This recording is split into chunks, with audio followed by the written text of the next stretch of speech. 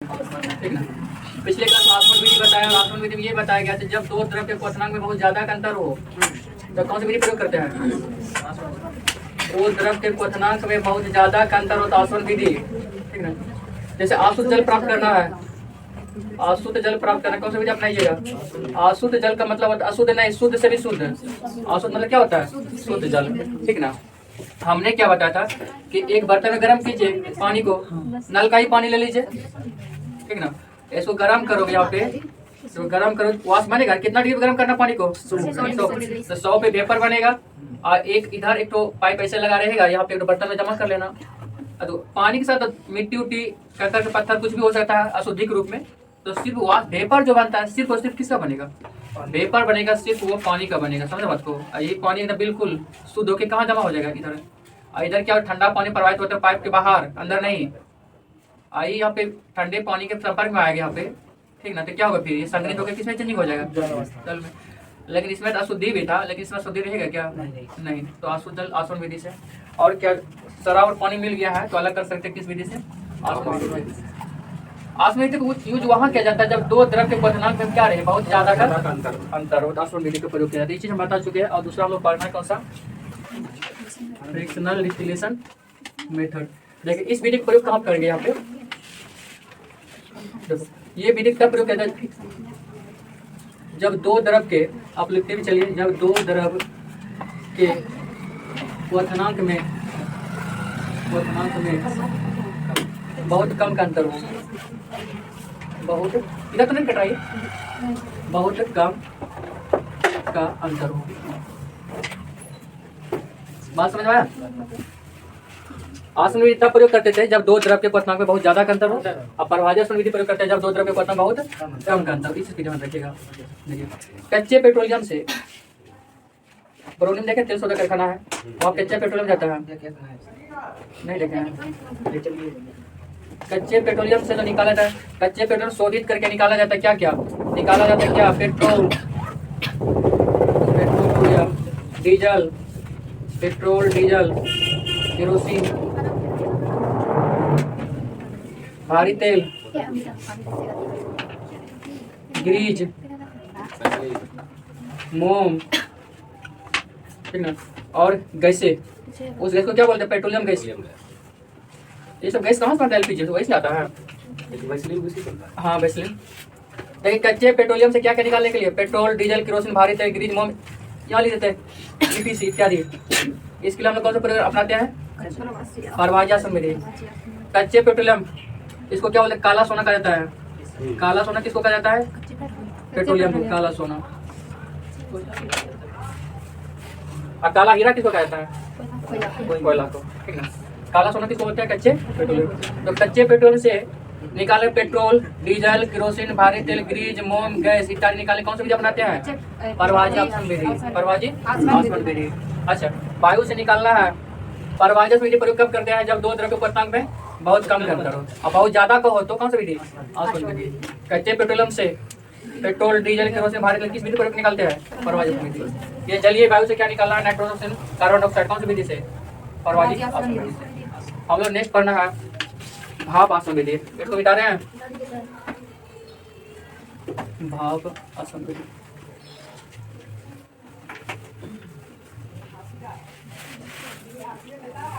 चलिए देखिए नेक्स्ट आप लोग पास भाप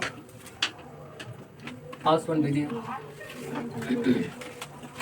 आसवन विधि देखो, चीर के पेड़ से क्या निकलता है? चीर के पेड़ से क्या निकालते हैं? चीर के पेड़ से निकलता तारपीन का तेल। तारपीन का तेल। चीर के पेड़ से क्या निकालते हैं? तारपीन का तेल। तो पूछा जाता है तारपीन का तेल कहाँ से निकालते हैं? याद रखिए चीर के पेड़ से। फूलों से सुगंधित पदार्थ है, फूलों से सुगंधित पदार्थ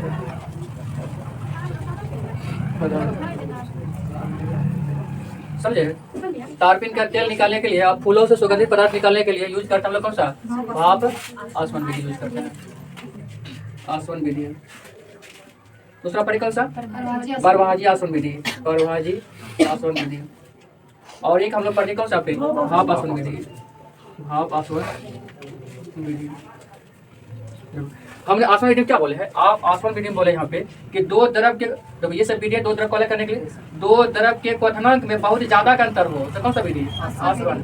और दो द्रव के, देखिए दो द्रव के क्वथनांक में बहुत कम का अंतर हो, बहुत कम का अंतर हो, किसके क्वथनांक में, दो द्रव के क्वथनांक में बहुत कम का अंतर हो तो प्रवाहजासन विधि, और दो द्रव के क्वथनांक में बहुत ज्यादा का अंतर हो तो आसवन विधि। और ये तब अपनाते हैं, ये किसके लिए बताइए, अपनाते हैं तापीन का तेल निकालना किसके, चीर के पेड़ से निकलता है, या फूलों से सुगंधित पदार्थ निकालना है, कौन सा विधि अपनाएंगे। अच्छा इसमें एक्चुअली क्या, जैसे फूल है ना, तो फूल के पत्ती जो फूल होता है पंखुड़ी होता है, वो सबको क्या करता है, एक हंडी रहता है यहाँ पे हाड़ी, समझा, इसमें डाल के क्या करता है, गर्म किया जाता है, और चारों तरफ क्या कर बताया, चारों तरफ से पैक कर दिया। आज भाप के जरिए क्या होगा, फूलों का जो भाप है, फूलों का भाप क्या होगा बताइए, फूलों का भाप इस पाइप, एक पाइप लगा दिया जाता है, और इधर क्या, इधर से ऐसे पाइप लटकाता है यहाँ पे, इधर से ऊपर से क्या ठंडा पानी प्रवाहित होते रहता है, समझे। तो यहाँ पे भाप से बना रहा है तो पानी थोड़ी डाला है, इसने फूल का जो है पंखुड़ी सब डाला हुआ है, उसे गर्म किया, उसका भाप के जरिए क्या, भाप के जरिए पाइप में यहाँ पाया, और फिर यहाँ ठंडा पानी प्रवाहित होता है, ठंडा पानी सब फिर किसमें, गर्म में चेंजिंग हो जाएगा, इससे क्या निकल जाएगा, गुलाब का जल, तो फूलों सुगंधित पदार्थ है, गुलाब का जल तो ऐसे प्राप्त किया जाता है, गुलाब के कढ़ाई में रख दिया यहाँ पे, और ये भाप जब गर्म होगा, गर्म होकर फिर भाप बना ना, ये भाप को फिर ठंडा करके किसमें, गुलाब जल में चेंजिंग हो जाएगा, समझा ना। तो गुलाब जल किसी भी से निकाला जाता है, और गुलाब जो जल होगा वो कैसा होगा, सुगंधित होगा कि नहीं होगा, गुलाब जल। और तो लोग फेस साफ करने यूज करना गुलाब जल का, और फेस चकाचक हो जाएगा साफ। हाँ तो यूज कहाँ करते हो, कितना पेड़ी का त्वचा काफी मोटा होता है, उसमें लगाना पतला हो जाएगा। चलिए नेक्स्ट है रावाकरण विधि, नेक्स्ट रवाकरण, रवाकरण विधि क्रिस्टलाइजेशन मेथड, क्रिस्टलाइजेशन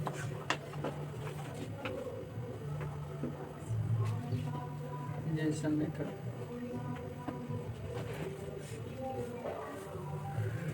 देखिए रवाकरण विधि को यूज वहाँ किया जाता है जहाँ देखना कि ये जलीय को बिलियन है, जलीय बिलियन से क्रिस्टल को अलग करना है। देखिए इस विधि का यूज तब करते हैं जलीय बिलियन से क्रिस्टल को अलग करना है, बिलियन से रवा, रवा समझ रहे हैं, खा मत पाना इसको, क्या पढ़ोगे, रवा क्रिस्टल को अलग करने के लिए, को अलग करने के लिए। अब क्रिस्टल कैसे क्या होता है, सुनो ध्यान से। और चीनी का घोल है, समझ बात को, देखो चीनी का घोल है, तो चीनी का घोल है तो चीनी भी रहेगा और क्या रहेगा, चीनी के घोल में चीनी प्लस क्या रहेगा, चीनी प्लस पानी।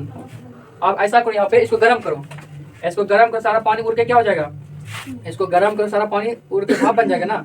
अब बच चीनी का क्या बन जाएगा, चीनी का रवा बन जाएगा ना, चीनी का क्या बन जाएगा, चीनी का रवा बन जाएगा, उसी को हम क्या बोलते हैं, क्रिस्टल कहते हैं। तो ऐसा घर में करना, एक बर्तन में चीनी और पानी, 1 kg चीनी और 2 kg पानी घोल देना, और उसको गर्म करना, गर्म कर सारा पानी क्या हो जाएगा खत्म, एक ठोस टाइप का बच जाएगा लास्ट में, उसी को क्या कहेंगे, चीनी का ठोस टाइप का बचेगा, उसी को हम क्या बोलेंगे, रवा, उसे क्या बोलेंगे, रवा। तो पहले बिलियन आता, चीनी प्लस पानी दोनों भी, चीनी प्लस पानी दोनों था, ये बिलियन था, इसको हम क्या बोले, जलीय बिलियन। अच्छा पानी को तुमने उड़ा दिया, क्या बच गया, सिर्फ रवा बच गया, क्रिस्टल बच गया। तो इस विधि को वहाँ करते हैं जब जलीय बिलियन से जल को उड़ाना है और रवा को बचाना है, क्रिस्टल को बचाना है, इसलिए करते कौन सा, रवाकरण विधि। क्या पर खाकरण विधि मत पढ़ना, क्या पढ़ोगे, रवाकरण। जैसे मान के चलते हैं एक कॉपर सल्फेट का विलयन लेते हैं, CuSO4 into 5H2O। क्या ये जलीय विलयन है या नहीं, बिल्कुल जलीय विलयन है, क्या है, जहाँ पे H2O देखो समझो उसमें जल है, और कहेगा जल के कितने अणु यहाँ पे है, 5 अणु बोल दो, जल के कितने अणु है, कट गया क्या, अलग करने। अच्छा जहाँ पे H2O देखो जल का बिलियन है, यहाँ पे जल की है कितना अणु, 5, जितना ज्यादा जल मिला उतना ज्यादा अणु बढ़ेगा। अच्छा इसको तुम गर्म करो, क्या करो यहाँ पे, इसको गर्म कर दो, जब इसको गर्म कर दोगे यहाँ पे तो जल अलग हो जाएगा, क्रिस्टल क्या हो जाएगा, अलग। तो ये यहाँ पे CuSO4 और प्लस क्या बनेगा, 5H2O बन जाएगा। यहाँ पे जल का अणु क्या होगा पे, ये अलग हो गया, और ये क्या बच गया पे, ये क्रिस्टल बच गया। इसमें जल है क्या, नहीं, तो ये बच गया रवा, किसका, कॉपर सल्फेट का रवा। ये कॉपर सल्फेट का क्या बच गया यहाँ पे, रवा बच गया। जल क्या हो गया, अलग हो गया। ये क्या है, कॉपर सल्फेट का जलीय विलयन है। ये पूरे क्या पे, कॉपर सल्फेट का जलीय विलयन। लिखते हुए चलिए, कॉपर सल्फेट का जलीय विलयन।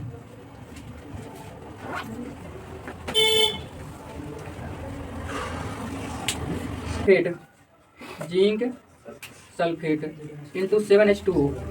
इसमें जल के अणु है ना, कितना अणु है, इसको गर्म करेंगे तो पता चले जल क्या हो गया, उड़ गया। अब बचा क्या पे, जिंक सल्फेट ZnSO4 इंटू क्या प्लस क्या पे 7H2। जल के साथ अणु क्या हो गया, गायब हो गया, उड़ के भाप बन के क्या हो गया, खत्म हो गया। ये कौन सा विधि है, ये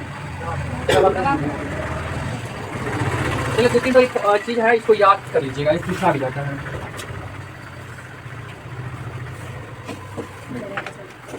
ZnSO4 इसको हम लोग क्या बोलते हैं, जिंक सल्फेट का जलीय विलयन है। इसको हम लोग करते हैं श्वेत सफेद, सफेद थोथा कहते हैं, या सफेद कशिश कहते हैं इसको। सफेद कशिश, कशिश नहीं लिखा तो क्या लिखा है, थोथा। सफेद कशिश के है या सफेद थोथा के, कोई दिक्कत नहीं है। या इंग्लिश में क्या बोलेंगे, white vitriol, white vitriol, white vitriol. अच्छा, कॉपर सल्फेट को क्या बोलते हैं, CuSO4, इसको बोलते हैं नीला थोथा इंटू 5H2। इसको हम लोग करते हैं नीला थोथा, थोथा। या क्या लिखा रहेगा, नीला कशिश। ये इंग्लिश में क्या बोलेंगे, ब्लू विट्रोल।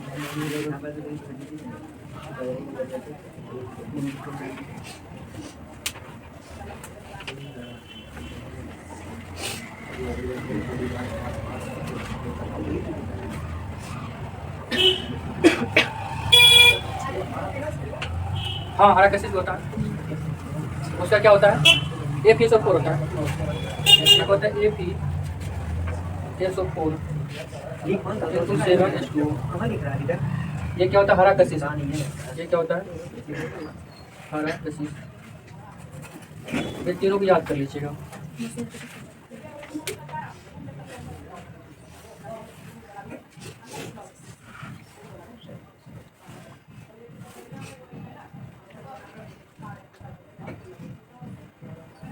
चलो सुनिए ध्यान से, आपको पूछा जाए यहाँ पे जिंक सल्फेट के जलीय विलयन में जल के कितने अणु आता है, 7 गो।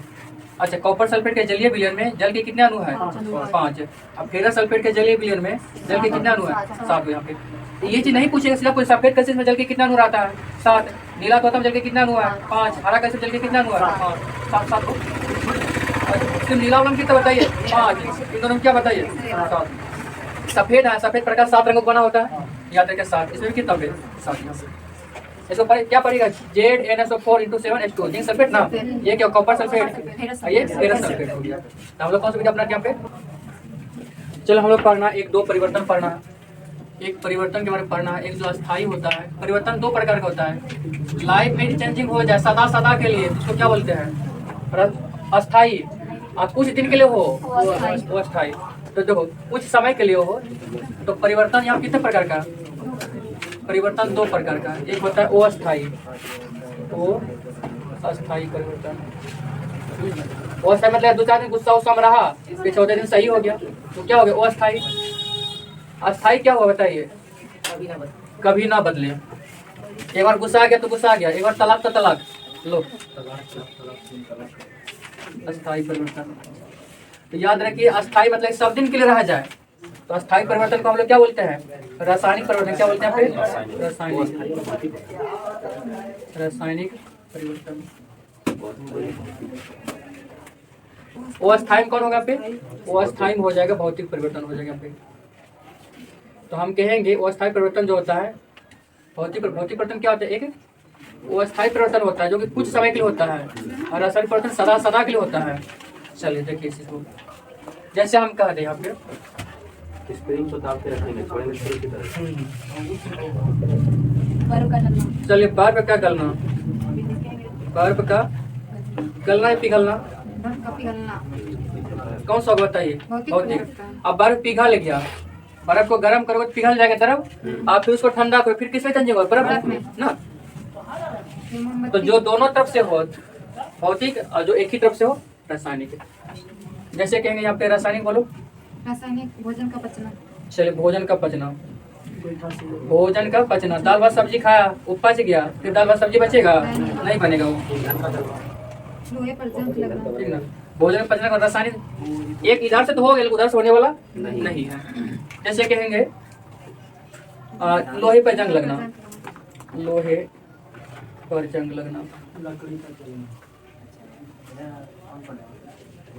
वो भी क्या होगा? रासायनिक ना। लकड़ी का जलना, बताइए लकड़ी का जलना, लकड़ी का है कोई लकड़ी कोयला कुछ भी जले, आदमी जल गया। लकड़ी का जलना, कोई भी चीज का जलना क्या होगा? रासायनिक। और कोई चीज का पिघलना बताइए? भौतिक। जैसे कि मोम का पिघलना, मोम का पिघलना कहा जाए तो भौतिक, जलना क्या रासायनिक। मोम का पिघलना हो जाएगा भौतिक, और वही मोम का जलना कहा यहाँ पे, मोम का जलना।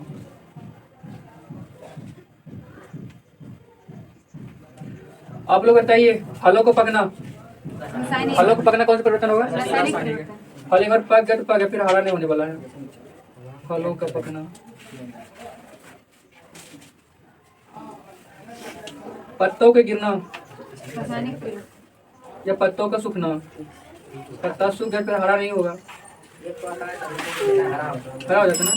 चलिए कुछ ऐसा पौधा होगा। भौतिक में सब कपूर से कपूर। चलिए मेन जो पूछा जाता है ऊर्ध्वपातन कौन सा प्रोसेस है? ऊर्ध्वपातन कौन सा प्रोसेस होगा? याद रखिए ऊर्ध्वपातन भौतिक परिवर्तन होता है। ऊर्ध्वपातन बताए थे, ऊर्ध्वपातन को बता चुके, कपूर से कपूरवास बनना, कपूर से कपूरवास बनना, कपूर से कपूरवास बनना। तो याद है ऊर्ध्वपातन कौन सा प्रोसेस ये?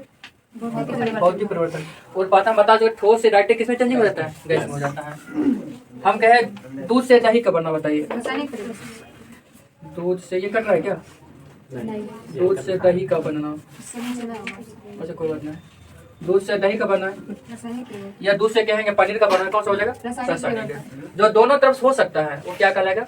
भौतिक कहलाएगा।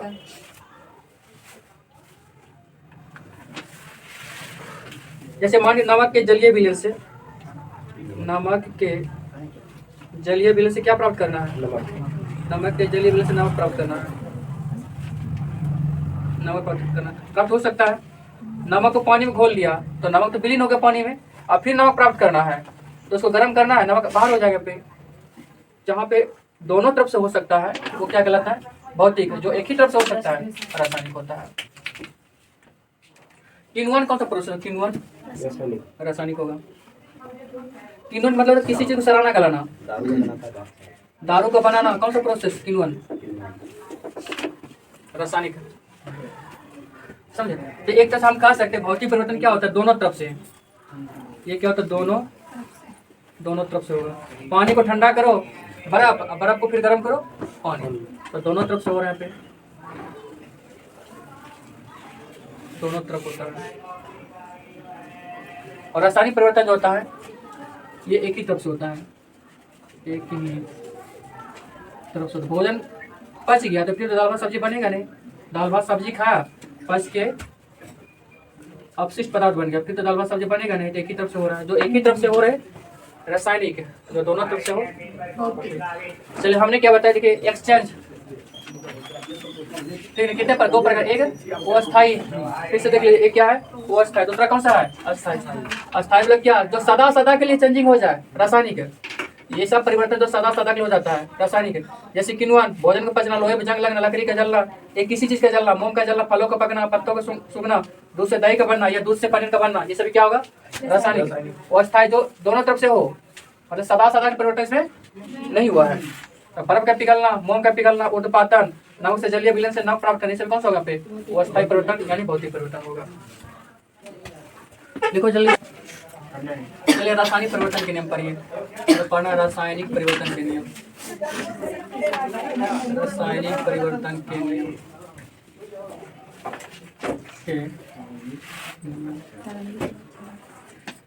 ये सब बहुत सारे पढ़ना है। बहुत सारे रसायन शास्त्र में बहुत सारे नियम दिया है, ठीक ना। इसमें हम लोग पढ़ना क्या, द्रव्यमान संरक्षण का नियम, द्रव्यमान संरक्षण संरक्षण का नियम। दूसरा पढ़ना स्थिर अनुपात का नियम, स्थिर अनुपात का नियम। और पढ़ना है गुणित अनुपात का नियम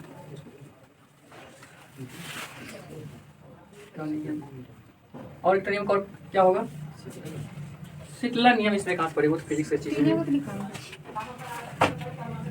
एक है तुल्यानुपात का नियम, तुल्यानुपात का नियम, तुल्यानुपात का।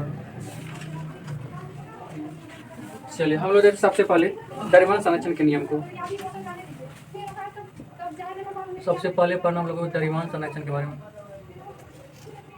द्रव्यमान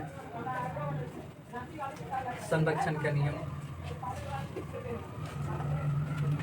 द्रव्यमान संरक्षण का नियम। अब ये नियम दिया था, किसने दिया था कि ये नियम जो दिया था लेवोजियर ने। किसने दिया ये, लेवोजियर ने। लेवोजियर हम लोग जानते हैं किसका पिता ये, केमिस्ट्री का। इसने कहा जैसे मान के चलते यहाँ पे a + b यहाँ पे और रासायनिक संयोग किया, बना दिया क्या पे C + D बना दिया यहाँ पे। अभिक्रिया के पहले क्या कहलाता है, अभिक्रिया के पहले कहलाता है दोनों पदार्थ अभिकारक। अभिक्रिया में जो भाग ले वो क्या कहलाता है, अभिकारक। और अभिक्रिया के बाद जो बना वो क्या कहलाता है, प्रतिफल कहलाता है। प्रोडक्ट हो गया, रिएक्टेंट हो गया यहाँ पे। चलिए हमने क्या बताया फिर, अभिक्रिया में जो भाग ले वो क्या कहलाता है, अभिकारक। ए और बी भाग लिया तो क्या कहलाएगा ये, अभिकारक। और सी और डी क्या कहलाएगा, प्रतिफल। लेवोजियर साहब का ये कहना है कि ये दोनों मिला के हमने ये 200 ग्राम लिया है, ए और बी मिला के कितना लिया पे 200 ग्राम, तो प्रतिफल की जो बाद में बनेगा वो भी क्या बनेगा, वो भी बनेगा कितना पे 200 ग्राम, ठीक ना।